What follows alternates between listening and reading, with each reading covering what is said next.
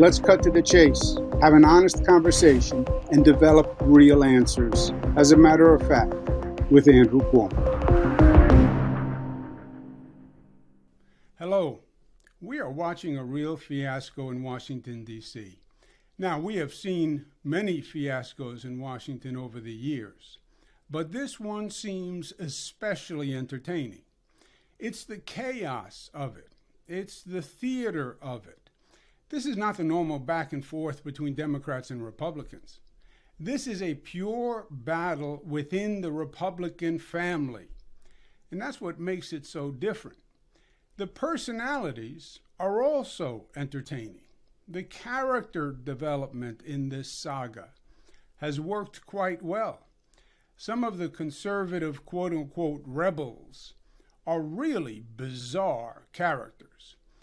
They say they represent their district, but it's hard to imagine that there is any congressional district in this nation that would support this mess. It's hard to believe any American is watching what's going on and saying, that's my government, that's my representative, I'm proud to be an American.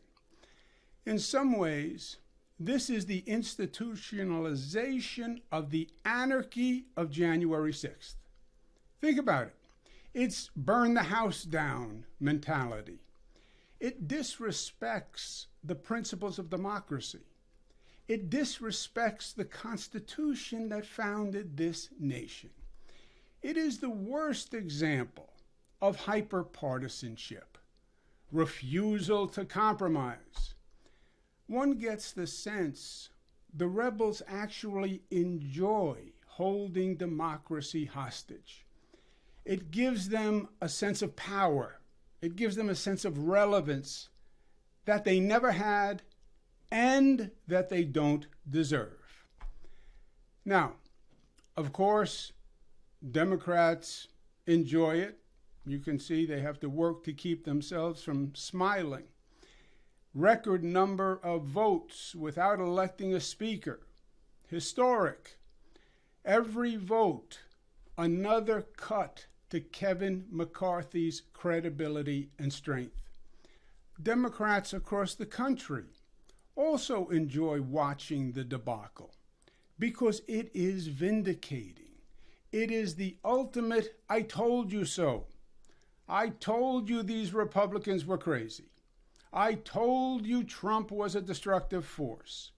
I told you the Republicans couldn't manage the nation.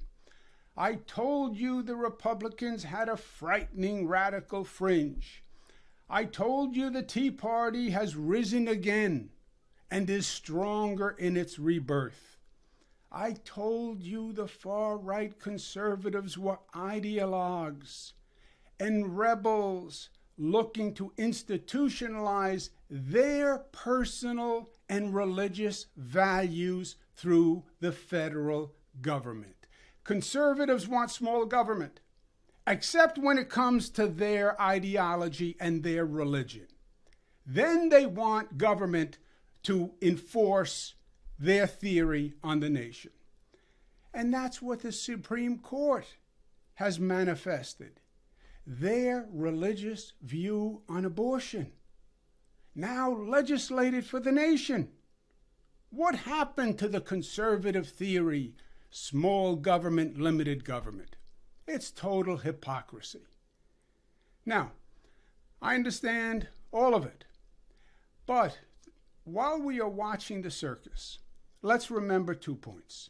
First, this is a devastating blow to effective government.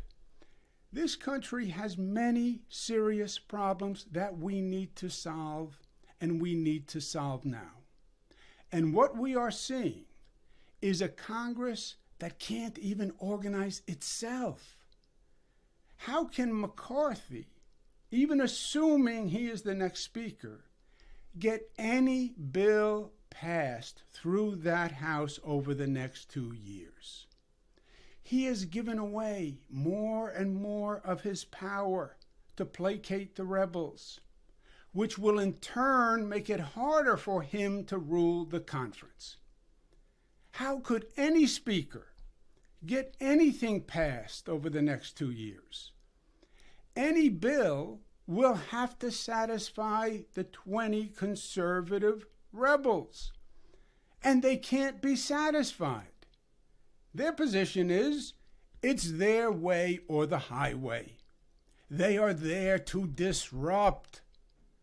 Remember, the purest conservative philosophy says that government isn't the solution, government is the problem. The purest conservative philosophy is the smaller the government, the better. And the way to reduce the size of the government is to starve it by reducing the budget. The way to paralyze the government is to investigate the executive branch as a tactic to create mayhem and to stop them from taking action. When they slow or they stop the executive, the president, the agencies, that's victory for them. When they stop government, they win. We have seen this before. We saw this back in 1994 when Gingrich took over Congress. They purposely initiated investigations and oversight hearings on virtually every executive department. I was at HUD at the time. We received subpoena after subpoena.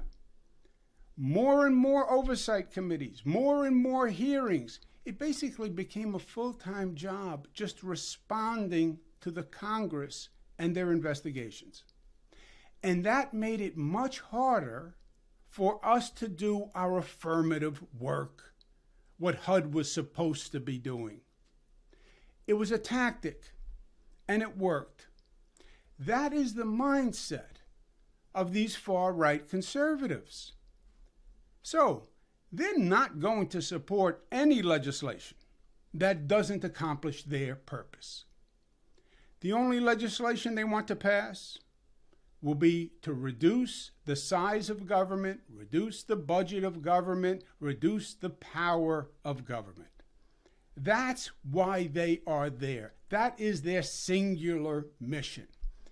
And they will be unwavering in that pursuit. That's what we're seeing today.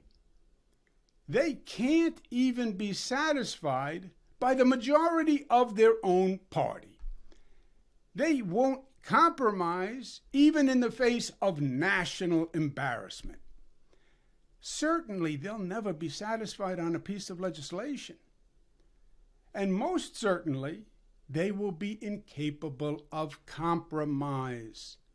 They see compromise as a dirty word, even though it is the foundation of how our democracy worked. The Constitution was a document of compromise. So whatever bills the House passes will require the vote of the 20 far-right rebels. Now, just imagine what bills on the economy or taxes or on the environment that they will be willing to pass. And then ask yourself, how could a Democratic Senate possibly pass any bill that satisfies the 20 rebels? In other words, whatever the 20 rebels will accept will by definition be abhorrent to the Senate Democrats. And that makes it virtually impossible to move forward. It makes it virtually impossible to pass a bill. That suggests we will have gridlock like we have never seen it before. And while it may be great political theater today, it is terrible government, and it forecasts terrible government. And the less government functions, the worse the nation's problems become.